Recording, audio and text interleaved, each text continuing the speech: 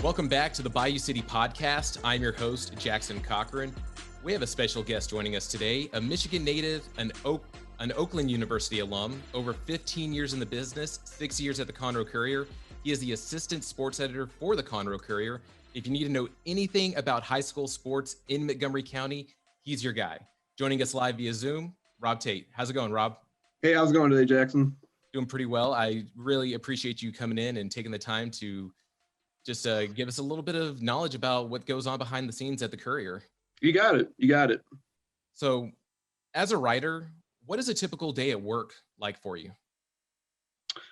Basically, if it's in during the high school season, we usually plan out our week on Monday, what games we might go to that week. It's a lot of organizing with like our photographers to make sure everybody gets into the right place. For me on the daily, I usually get up in the morning. I try not to do any work things the first couple hours just to kind of ease into the day.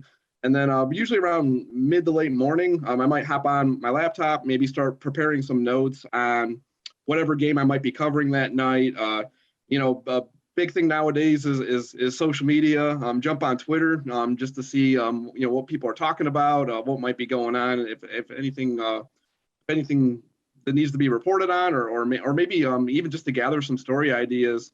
Usually by about 1 or 2 o'clock in the afternoon, we have an idea of what's going to go in that night's paper. We usually fill up our pages with what's going on, and then we go cover our game. And then that's usually when the fun starts. You go and cover it, take good notes, do stats, all that good stuff, and then afterwards interview coaches, interview players if there's time. Usually that's about it. I mean, there's obviously Montgomery County is a big county. There's 18 schools to cover.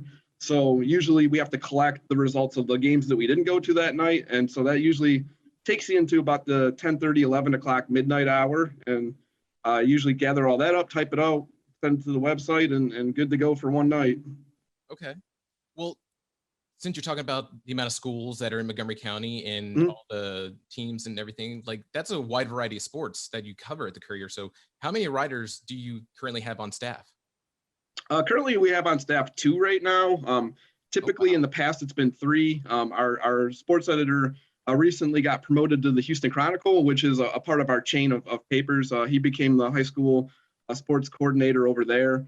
Losing him is it's going to be tough, but the good news is we're on the same team. So if John's covering something Montgomery County, we can use that in our product. We also have a reporter by the name of Justin Maskulinski that he's been around Montgomery County since 2017 is when we hired him. Having 2 people is kind of a newer thing for us. That's wild, especially with the amount of teams and leagues that y'all are covering. That's just seems like a big handful. So how do you decide which topics are high priority?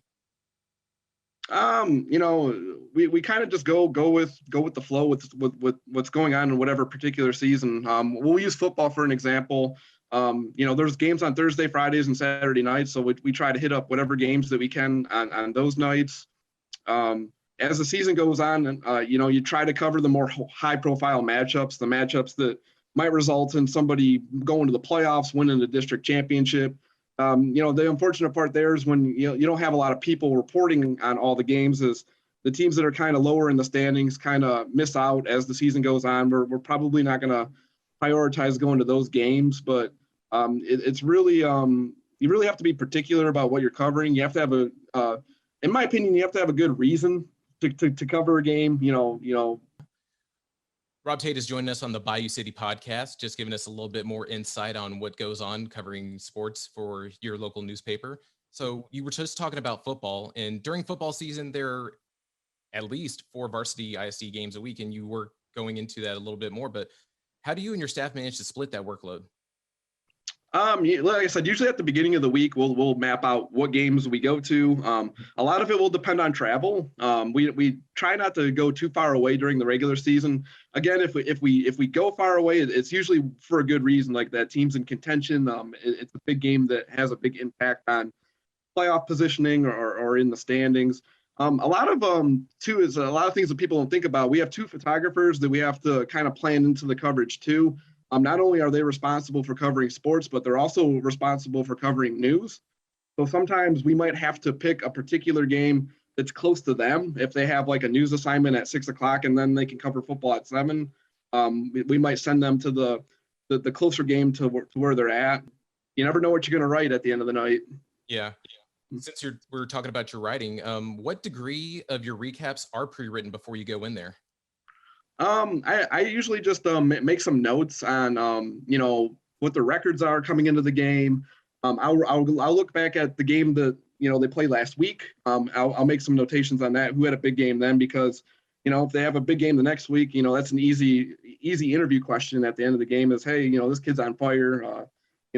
He's got 5 touchdowns this week. Had last week. It's always good to find those talking points that kind of go beyond the play-by-play. I'm not really a play-by-play teller in my story. I'll cover a big moment, but I really like the research part of it. Looking back, you could look back to the previous meetings the year before, especially with football, since they're only playing each other once a year. Look back at last year and see what happened, and see if there's any storylines that come into the next game. So it really depends, just where the focus is. But I try to give the reader something that they didn't know going into that game. That's awesome. That's just so great that you're trying to give a little bit more insight that someone probably didn't even know before. What are some of those challenging aspects you have when you are covering a game? Some of the challenges, especially being in a print newspaper, is what time deadline is. We're trying to give a good product to our readers that subscribe and have it delivered in their mailbox, every day. Sometimes it can be kind of challenging on a Friday night. They actually give us till 10:45. Sometimes games will end, like at 9:45 or 10 p.m. And that gives you just a little bit of time to write the full story and send it in. You got to be really quick on your feet when the game's over. Get down on the field, interview who you need to interview. Like I said, I'm different. I don't go back to the press box. I go to my car, because sometimes in covering a high school game, those people that work in the press box, they want to go home. They don't want to wait for the newspaper guy that's writing his article. Have you ever had any of those instances where you couldn't make a deadline? Yeah, we usually have an alternate plan when that happens. It does happen several times a year. It happens in more sports than just football. Usually the plan might be just to run the photos from the game. Our photographers are trained to send photos to our copy desk by halftime. That way they have something that they can go on the page. Sometimes, let's say the game ends at 10:30 and deadline's 10:45. You just write your copy during the game. That's more of a play-by-play rundown. It might not have the in-depth to it. Can't put the interview questions in there because I didn't do it yet. But you send it what we call without quotes. So that makes it over to the copy desk, and they put it on the page and hit send. But obviously, with the internet's unlimited. You can write as much as you want. You can be as detailed as you want. You can add to it later. You can add to it the next morning if you have more to add to it. But so with internet, you want to get it up quickly, but at the same time, you're a little more flexible with that. So with all your years in the industry, what are some things that you've done and the Courier has done to evolve with the times? Page views and stuff like that are important. It's a matter of getting enough photos into the photo gallery that people will sift through it. That's always a kind of a big deal. Being active on social media, building kind of your audience that way. Sharing the content of not only yourself but your colleagues' content.